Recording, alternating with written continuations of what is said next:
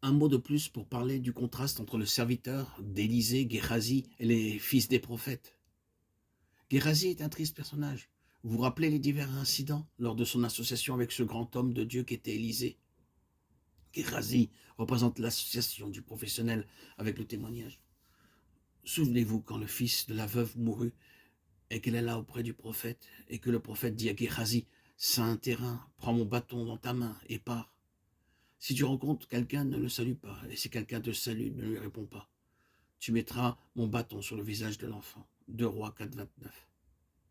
La femme vit qui était ce Géhazi, car habituellement les femmes voient les gens de cette espèce. Elle ne mit pas toute sa confiance en lui. Elle s'attendait au prophète, mais Géhazi est arrivé avec le bâton du prophète avec un air très important. Je pense très professionnel, lui le serviteur du grand prophète. Il est entré et s'est dirigé vers la pièce où le garçon se trouvait. Il a mis le bâton sur le garçon et s'attendait à voir quelque chose se passer. Cependant, rien ne s'est produit. Sans nul doute, Géhazi a dû mettre en œuvre la méthode préconisée pour que la chose se fasse. Peut-être que le bâton n'est pas dans la bonne position, a-t-il dû se dire. Il a donc essayé une nouvelle fois, mais rien n'est arrivé. Pour finir, il a dû admettre son incapacité et repartir en confessant son échec. Les fils des prophètes, par contre, ont également été confrontés à des situations difficiles où l'intervention de Dieu était nécessaire, mais ils ont vu les choses se réaliser. Où est donc la différence? Quelle en est l'explication? Je pense que nous la trouvons dans ceci. Vous vous rappelez, quand le Seigneur descendit de la montagne de la transfiguration, il a trouvé certains de ses disciples avec un pauvre père qui leur avait amené son fils pour qu'il soit guéri. Et le père a dit au Seigneur, je l'ai amené à tes disciples et ils n'ont pas pu le guérir. Matthieu 17, 16. Ensuite, les disciples ont demandé au Seigneur pourquoi n'avons-nous pas pu le mettre dehors en parlant du démon. Bien, vous vous rappelez comment Gérasie a fini?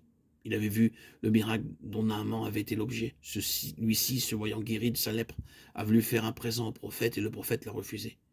Mais Gérasie était gouverné par des intérêts personnels.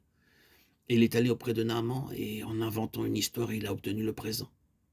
Quand il est revenu, son maître lui a dit, mon esprit n'était pas absent lorsque cet homme a quitté son char pour venir à ta rencontre. La lèpre de Naaman s'attachera à toi. 2 Rois 5, 26, 27. Gérasie est devenu lépreux. Maintenant, et c'est une chose très solennelle de rapporter cela au Nouveau Testament.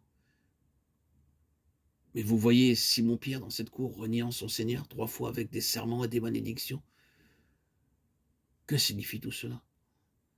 C'est étroitement associé avec le Seigneur même de la vie, le Prince de la vie, et pour Pierre comme pour d'autres disciples durant tout le temps de cette association avec Jésus, vous pouvez déceler des intérêts personnels.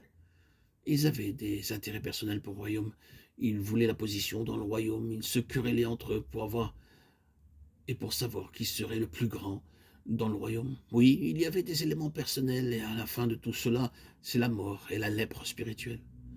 Tout ce qui est personnel, professionnel dans le domaine de notre association avec le Seigneur va se terminer par notre défaite.